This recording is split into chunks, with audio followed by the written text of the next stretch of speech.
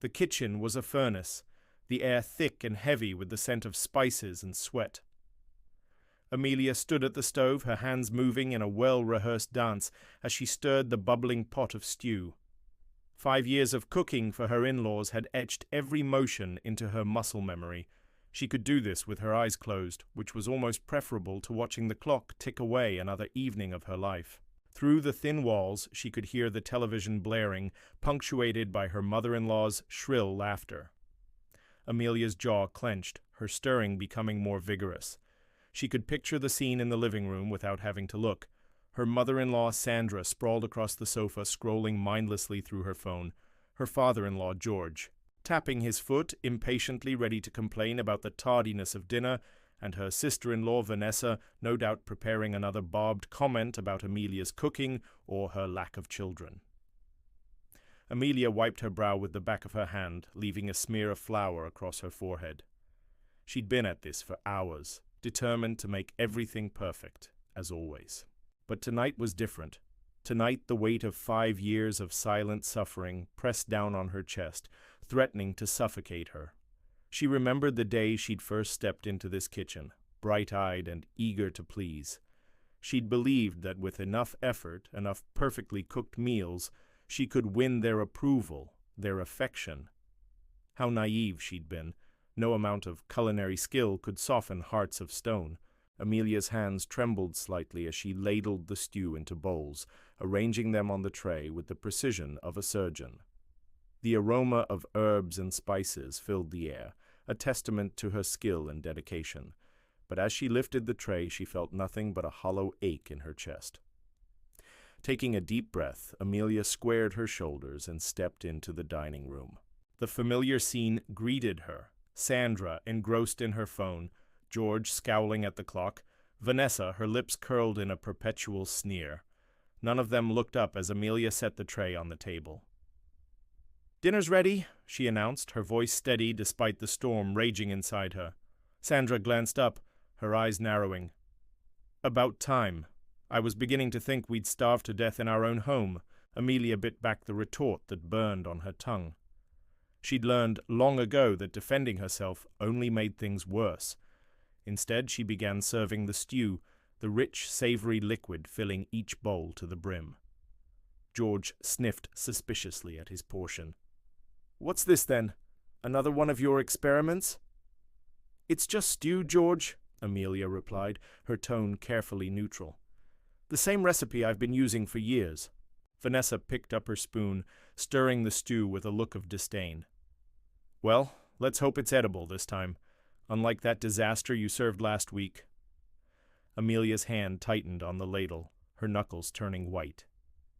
She remembered last week's meal all too well. She'd spent hours preparing a complex dish, only to have it dismissed as bland and unimaginative.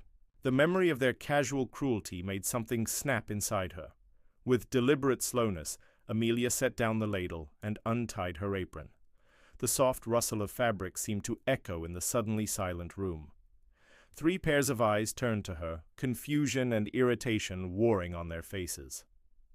"What do you think you're doing?" Sandra demanded, her voice sharp. Amelia met her gaze steadily. "I'm leaving," she said, her voice calm but firm. For a moment no one moved. Then George barked out a laugh. "Don't be ridiculous. Sit down and eat your dinner." But Amelia didn't sit. She didn't flinch.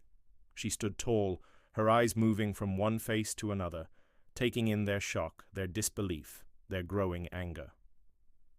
"I've cooked for you every day for 5 years," she said. "I've endured your criticism, your insults, your complete lack of appreciation. But no more." Vanessa's mouth opened and closed like a fish out of water. "You can't just leave," she sputtered. "What about dinner? What about your duties?" Amelia felt a smile tugging at her lips, a genuine smile that felt foreign on her face after so long. "My only duty is to myself," she said, "and I'm long overdue in fulfilling it." She turned, walking towards the door with steady steps. Behind her, she could hear the scrape of chairs, the rise of voices, but she didn't look back.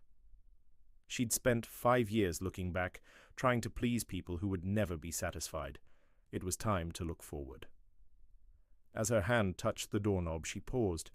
The aroma of the stew still hung in the air, a reminder of all she'd given, all she'd sacrificed.